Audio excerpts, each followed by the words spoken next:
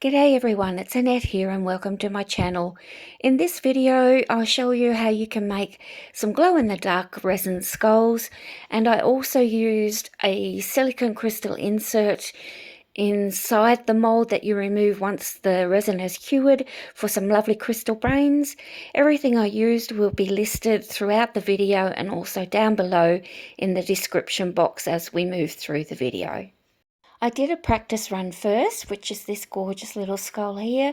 You can see I've used clear in the top where the silicone insert went and some holographic powders, and he turned out absolutely gorgeous. This is the silicone insert that I used, which was from Temu, and I also used some Solar Color Dust Regency powder and also some Just Resin holographic powder.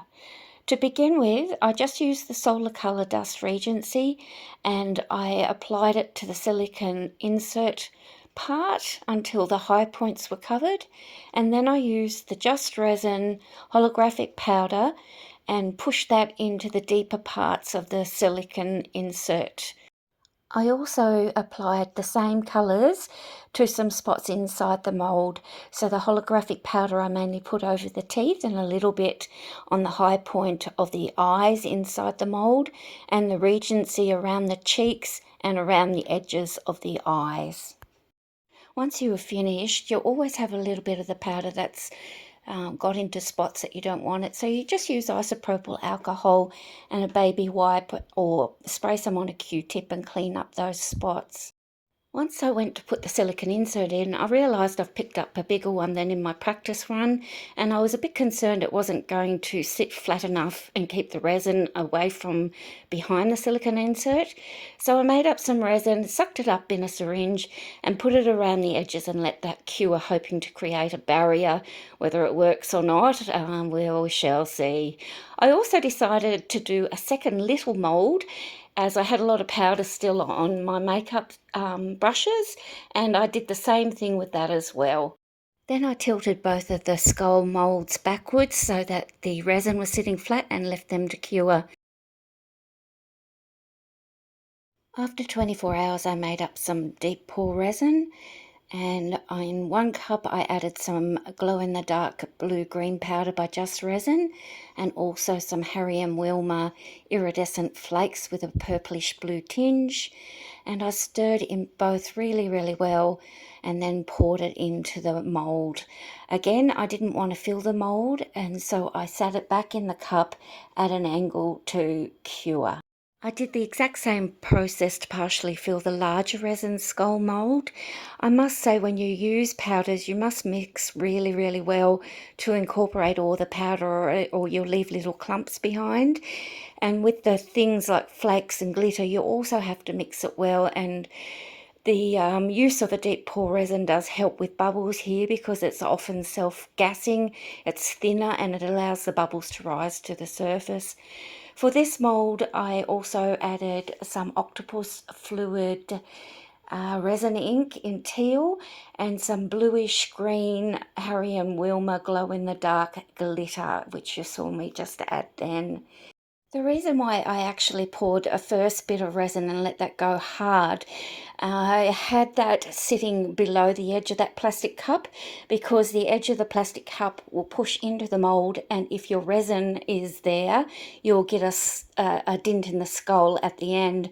So I cure the first bit, and that's hard, and then I position that hard bit against the edge of the cup when I'm curing the second part, if you get what I mean. It's 2 days later. I've mixed up the same resin and I'm adding some Let's Resin black pigment, and I'm making this translucent, so not fully opaque so you can't see through it. I'm aiming to pour this just over the teeth area so that holographic powder will stand out at the end. I've got the moulds angled forward this time so the edge is sitting on the edge of the cup so I can avoid those dints that you get when it sets. And I just continued until I had the area covered that I wanted, and then I left these to cure. The final layer, in the large mould, I decided to use some glitter that colour changes by Colour Passion in Oceanic, and also some Harry & Wilmer Blue Flakes, and in the smaller one some Colour Passion changing glitter in Mermaid and some purple flakes. As a lot of you are aware, when you're using glitters, they can sometimes sink down to the bottom once you've poured it into a mould. You can avoid this by leaving it to thicken a bit, or another pro tip is to add 1 drop of clear glue like Elmer's glue or PVA, and that will help the glitter stay suspended in the resin. But when I made these, I didn't know that trick, and unfortunately you're about to see what happens when you don't do that and then try and fix it. After I stopped recording, I didn't do anything much to these, but I did stuff something up. Came back after 6 hours and I did use a makeup micro brush, one of these. The glitter had gone, that I used had gone way down towards the bottom, and I thought I had gently stirred it, and it looks like I haven't, and now I've introduced a whole heap of micro bubbles, so I've probably buggered this up totally, but hell, you know, resin, it's a learning curve. So because I think I've stuffed it up and I had wanted to put these skulls on to a lit base, I decided to just sprinkle more of the flakes on the top for the blue and the purple one, and I also had a bit of resin left over, so I made this little fella here. We shall get these demolded and see my failure. I don't mind showing my art, whether it's warts and all, and if it helps somebody else not make the same mistake, well, that's well and good. I think probably the best thing I should have done was to use a finer glitter, really. Stuck here. Okay, I think I've got it now. You can either use isopropyl alcohol or warm soapy water down the side to get your mould to release a bit easier.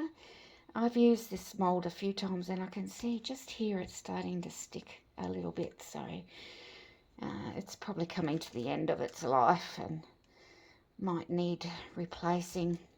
I might speed this part up just till I can get it out. If you see me spraying anything, I'll be using a bit of isopropyl alcohol.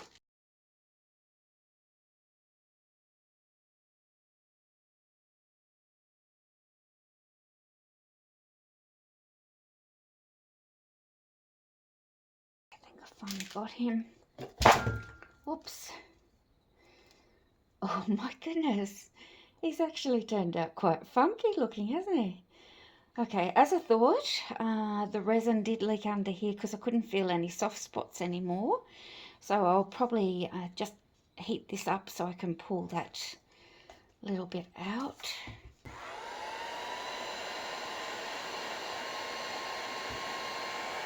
I likely didn't push the silicone insert in hard enough against the back of the silicone mould to hold it into place.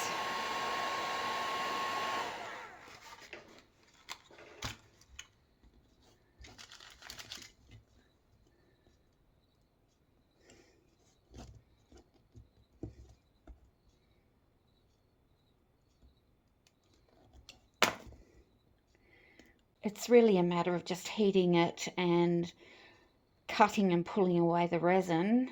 I might even do that off camera, and then I'll pull out the silicone mould, silicone insert I should say, and let you see how it looks all together. But yeah, he's actually turned out quite funky, and yeah, he's gone all clear in here, which is because I've introduced bubbles that I wasn't supposed. I mean, he's gone all cloudy, not clear. Be interesting to see how he looks on top of a light anyway. We got this one sorted now, I think. Just a little bit still to soften and remove. Sorry if you can't hear me over the heat gun.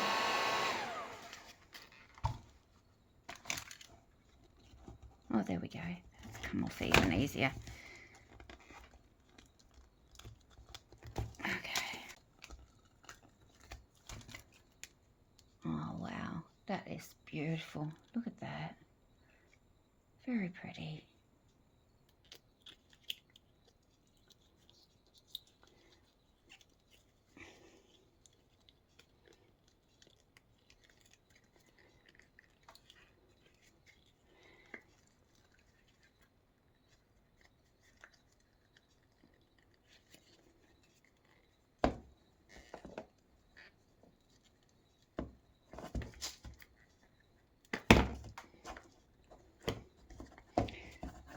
This one's been much easier. Whoop. And I'll have to trim this one back as well. You ready? Oh, okay. Oh God, have I stuffed them all up all together? Oh, that's kind of pretty too, isn't it? Okay. Oh wow. Okay, I'll get this trimmed up and I'll just heat it up and soften it a little bit, and then use a sharp craft knife, a sharp craft knife, and just peel it off to the edge of where the silicone insert was. For my final steps, I'm using UV resin, and I decided to fill in the eye socket with the UV resin and pop some artificial eyes in both the skull molds.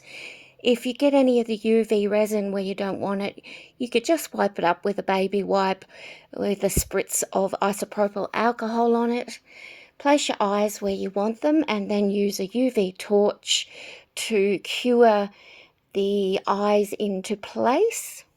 Where I trimmed the resin back where the silicone insert was, it was a bit jagged and not very pretty looking, so I decided to mix up the glitter again with some UV resin and pop that around the edge of both molds. I used the purple glitter for the smaller one and the blue glitter for the larger one, and then I set that to cure under my UV light. Here are all three of the skulls completed. The one on the left is my sample one, and the two glow-in-the-dark ones are on the right.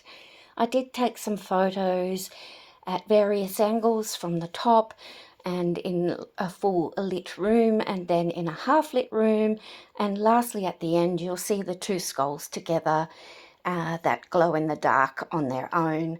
And I also will show you the small little one that I made with the extra resin as well. So thank you everybody for watching, and I hope you've enjoyed this video as much as I enjoyed making these and learn by my mistakes. Thank you. Bye.